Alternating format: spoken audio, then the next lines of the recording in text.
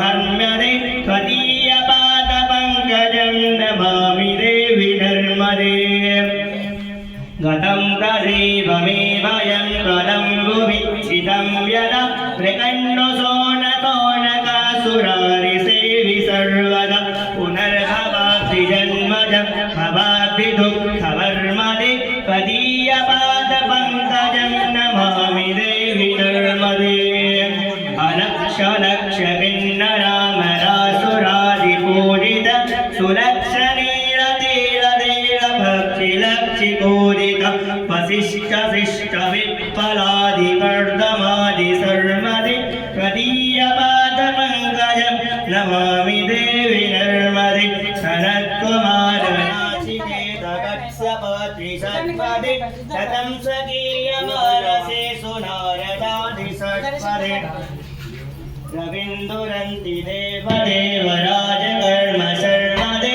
त्वदीयपादपङ्कजं नमामि देवि नर्मदे अलक्ष लक्ष लक्ष पापलक्ष सारसायुध ततस्तुतीव जन्तु तन्तु भुक्तिमोक्तिदायक विरञ्चि विष्णुशङ्कर स्वकीयधाम वर्मदे त्वदीयपादपङ्कजं नमामि देवि नर्मदे अहो मृतं सुरं श्रुतं महेशकेशजातते किरातसोटवाटवे सुपण्डिते सटे नरे सुरन्तपापतापहारि सर्वजन्तु शर्मदे त्वदीयपादपङ्कजं नमामि देवि नर्मदे इदन्तु नर्मदाष्टकं त्रिकालमिव ये सदा पठन्ति ते निरन्तरं नयान्ति दुर्गतिं पदा शुलक्ष्यते दुर्लभं महेशधाम गौरव पुनर्भवानरानवै विलोकयन्ति रौरवं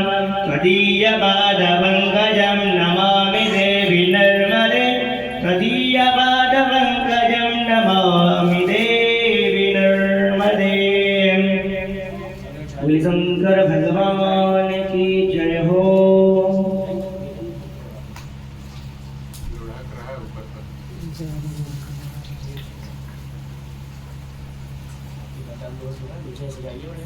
हरिओम।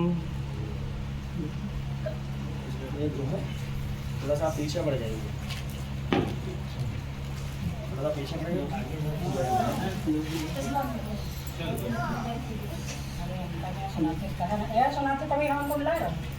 गिरिजामते सहजरा प्राणशरीरं